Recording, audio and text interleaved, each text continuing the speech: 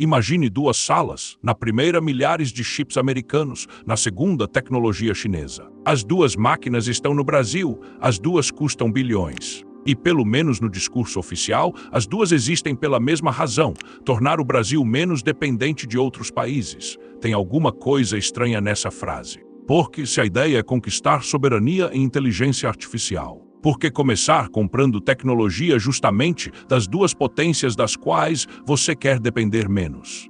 E por que escolher as duas ao mesmo tempo? Essa história começa com dois anúncios feitos praticamente juntos. Em agosto de 2026, o governo brasileiro apresentou um pacote de aproximadamente 3 bilhões de reais para ampliar a infraestrutura nacional de inteligência artificial. Cerca de 3 bilhão foi associado a uma infraestrutura de supercomputação no Rio de Janeiro, em cooperação com as chinesas Huawei e Flitec. Outro projeto de aproximadamente 1 bilhão prevê um supercomputador em Macaíba, no Rio Grande do Norte. Neste segundo caso, a NVIDIA aparece como fornecedora esperada, embora o processo de aquisição ainda esteja em andamento. China de um lado, Estados Unidos do outro e o Brasil no meio. A explicação mais preguiçosa seria transformar isso imediatamente em política externa. Lula está se aproximando da China, os Estados Unidos estão preocupados, o Brasil não quer escolher um lado. Tudo isso faz parte da história, mas ainda não explica por que um país precisa de uma máquina dessas. Porque um supercomputador de inteligência artificial não é simplesmente um computador muito rápido. Ele é uma fábrica de capacidade computacional. É onde você pode treinar modelos, processar quantidades gigantescas de dados, fazer simulações científicas, desenvolver sistemas para universidades, empresas e órgãos públicos. Rodar modelos que seriam inviáveis num laboratório comum. O projeto do Rio Grande do Norte, por exemplo, foi desenhado para treinamento e execução de modelos avançados de IA e deverá atender universidades, pesquisadores, órgãos públicos e empresas brasileiras. O LNCC afirma que ele foi concebido para operar entre as infraestruturas de maior desempenho do mundo. Então existe uma primeira resposta para aquela pergunta.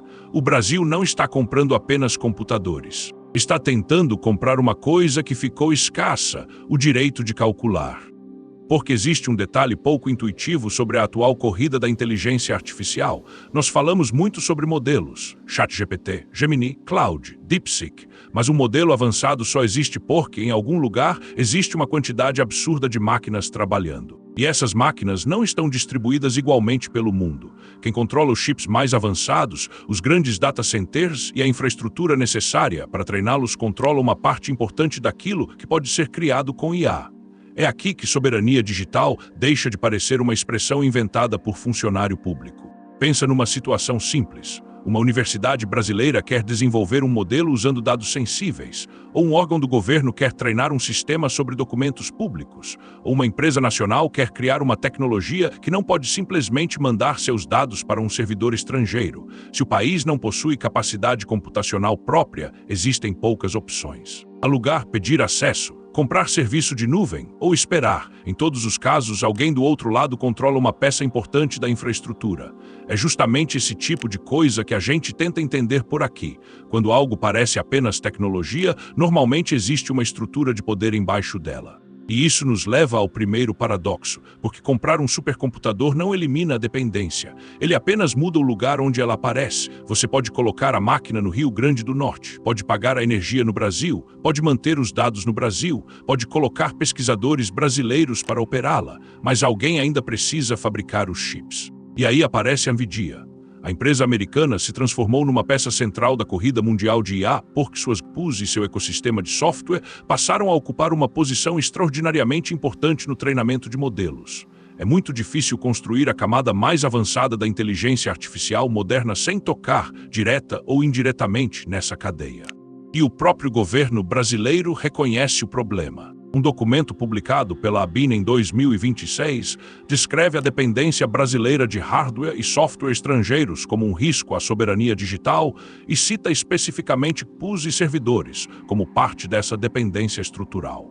Então a solução óbvia seria: vamos fugir dos americanos, só que aí você chega na China e encontra outro ecossistema. Huawei e Flitec, hardware, software, modelos, infraestrutura, padrões próprios. Uma cadeia tecnológica construída justamente porque a China passou anos tentando reduzir sua vulnerabilidade aos fornecedores americanos. Ou seja, para escapar de uma dependência, o Brasil pode simplesmente adquirir outra. E é aqui que a decisão de comprar dos dois lados começa a parecer menos confusa. Talvez o objetivo não seja independência. Talvez seja asterisco asterisco, não ficar dependente de uma única dependência asterisco asterisco. Parece semântico, não é? Imagine uma empresa que possui apenas um fornecedor para uma peça essencial. Enquanto tudo funciona, isso é eficiente. Um contrato, uma integração, uma tecnologia. Mas se aquele fornecedor aumenta o preço, restringe o produto ou deixa de vender, a empresa descobre que eficiência e vulnerabilidade estavam morando no mesmo lugar. Países vivem uma versão muito maior desse problema, e tecnologia hoje está atravessada por decisões políticas. Estados Unidos restringem exportações de certos chips, China desenvolve alternativas, Europa fala cada vez mais em soberania tecnológica, governos discutem onde dados podem ficar, empresas de nuvem estão submetidas às leis dos países onde nasceram. De repente, escolher um servidor deixou de ser apenas uma decisão de TI, virou política externa. É por isso que a estratégia brasileira começa a ficar interessante. Ao mesmo tempo em que coopera com empresas chinesas, o Brasil continua adquirindo e desenvolvendo infraestrutura baseada em tecnologia americana. Também aprofundou uma parceria digital com a União Europeia e começou a investir em outra peça bem menos famosa, RISC-V. Esse nome parece detalhe técnico, mas talvez seja uma das partes mais importantes da história. RISC-V é uma arquitetura aberta de conjunto de instruções para processadores. Traduzindo brutalmente, é uma das tentativas de construir chips sobre uma base tecnológica que não pertence exclusivamente a uma única empresa. O Brasil anunciou investimentos em uma parceria com a Espanha envolvendo semicondutores baseados nessa arquitetura. E agora começa a aparecer um padrão: supercomputadores, chips abertos, nuvem nacional, centro de transparência algorítmica, formação de profissionais. Não são projetos completamente isolados, são camadas. O governo também está estruturando uma chamada nuvem brasileira, destinada a ampliar o controle nacional sobre a infraestrutura de computação usada pelo Estado e manter dados e controle operacional em mãos nacionais. Então aquela história sobre duas máquinas começa a ficar maior. Porque talvez o Brasil esteja tentando montar uma pilha, embaixo chips, depois supercomputação, depois nuvem, depois modelos de inteligência artificial, depois serviços públicos e empresas usando esses modelos. E em cada andar dessa pilha existe a mesma pergunta: quem controla a tecnologia da qual o próximo andar depende? Essa é a pergunta difícil. Porque não existe soberania absoluta numa indústria tão globalizada.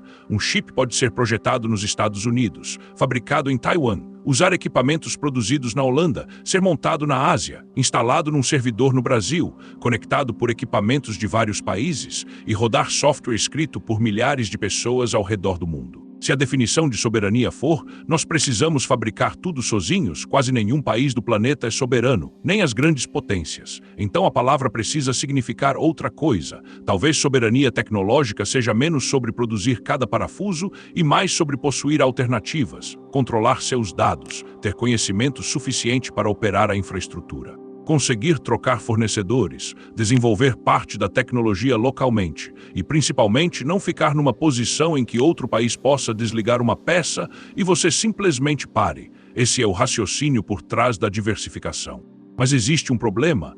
Ter dois fornecedores não significa automaticamente ter duas alternativas, porque hardware não vive sozinho. Existe software, biblioteca, ferramentas, programadores treinados numa determinada plataforma, modelos otimizados para determinado chip, contratos, manutenção, peças, atualizações. Cada ecossistema cria raízes. É o velho problema do celular levado para uma escala nacional. Comprar um iPhone e um Android não significa que você deixou de depender da Apple e do Google. Significa que agora precisa administrar dois sistemas. Com supercomputação, isso pode ser muito mais complexo. Treinar profissionais em duas arquiteturas, manter dois ecossistemas, garantir interoperabilidade, evitar que uma das plataformas se torne tão dominante que a outra vire apenas decoração diplomática. A verdadeira disputa não acontece no dia em que a máquina é comprada, acontece nos 10 anos seguintes, quando aparecem as atualizações, os novos modelos, as peças de reposição, as bibliotecas de software e a próxima geração de chips. É aí que descobrimos se houve transferência de capacidade ou apenas transferência de equipamento. O próprio edital do supercomputador do Rio Grande do Norte tenta enfrentar esse problema. Ele não exige apenas a entrega da máquina.